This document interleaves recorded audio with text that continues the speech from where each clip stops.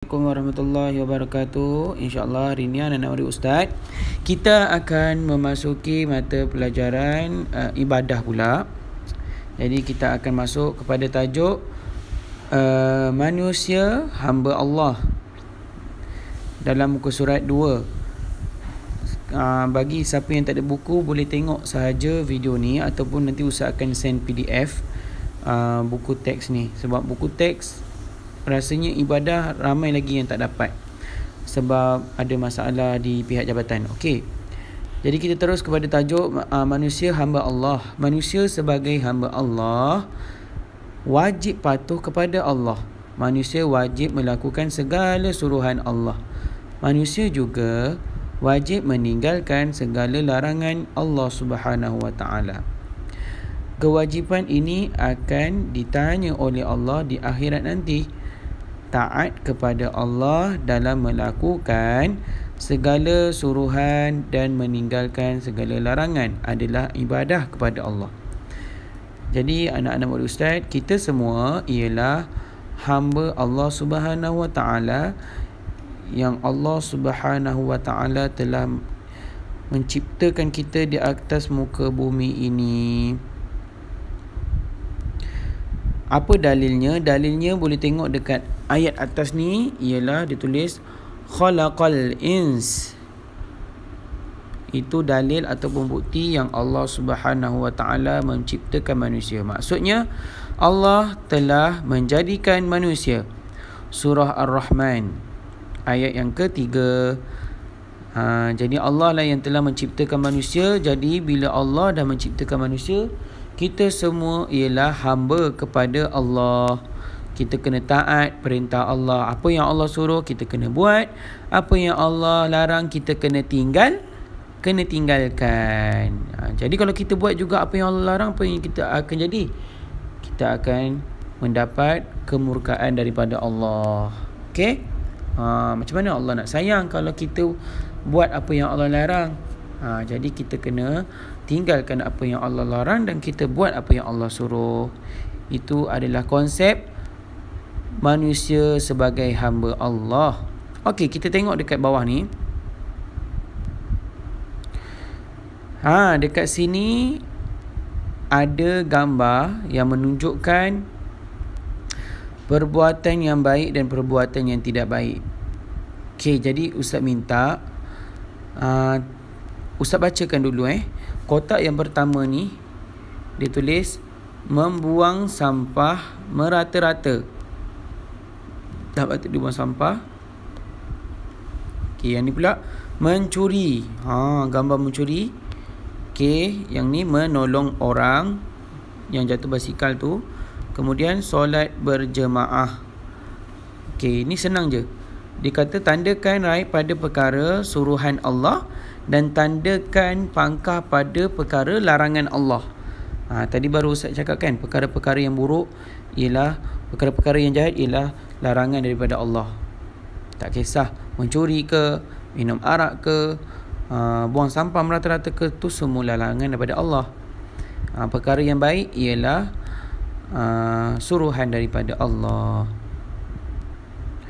Okey, anak murid Ustaz, boleh tengok dekat sini dalil nakli pula tentang kehambaan Allah.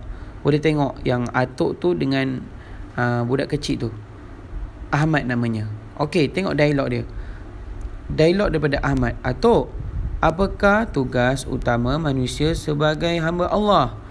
Atuk pun menjawab, tugas utama manusia sebagai hamba Allah ialah beribadat kepadanya, seperti disebut oleh Allah dalam Al-Quran, وَمَا خَلَقْتُ الْجِنَّ وَالْإِنسَ إِلَّا لِيَعْبُدُونَ. Ahmad tanya, apa maksudnya Atuk? Atuk pun menjawab, maksudnya, dan tidak aku jadikan jin dan manusia itu melainkan untuk beribadat kepadaku. Itu maksudnya apa yang Allah bagi tahu dekat Al-Quran tu. Kan Ahmad tadi tu tanya, apakah tugas utama manusia sebagai hamba Allah? Tugas utama manusia sebagai hamba Allah ialah beribadat kepadanya, beribadat kepada Allah. Berpandukan ayat Al-Quran yang Ustaz baca tadi, itu adalah dalil ataupun bukti yang Allah Subhanahu Wa Taala menyuruh kita untuk beribadat kepadanya di atas muka bumi ni, manusia dan jin. Okey, kedua-duanya sekali wajib beribadat kepada Allah. Jadi kita duduk atas muka bumi ni, anak-anak murid Ustaz, bukan kita hidup untuk duduk saja-saja.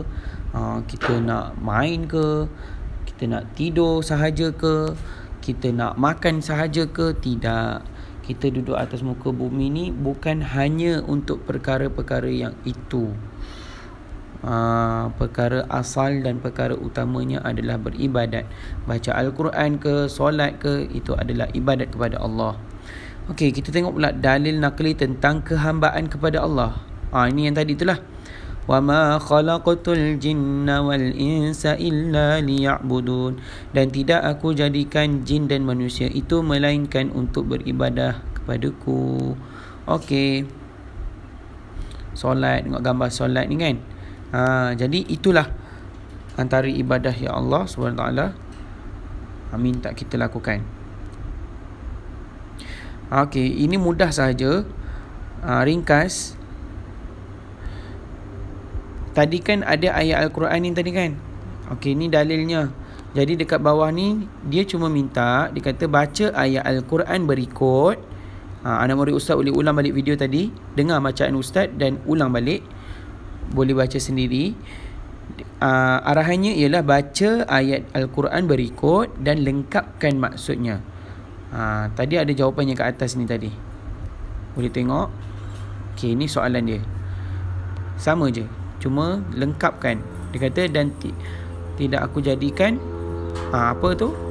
Anak murid Ustaz boleh sambungkan penulisan tu. Kemudian manusia beribadah. Beribadah tu sambung ataupun gariskan garis-garis putus pada perkataan, 3 perkataan tadi tu. Okey. Ni kata jom baca Al-Quran dengan maksudnya sekali. Okey. Peranan manusia sebagai hamba Allah.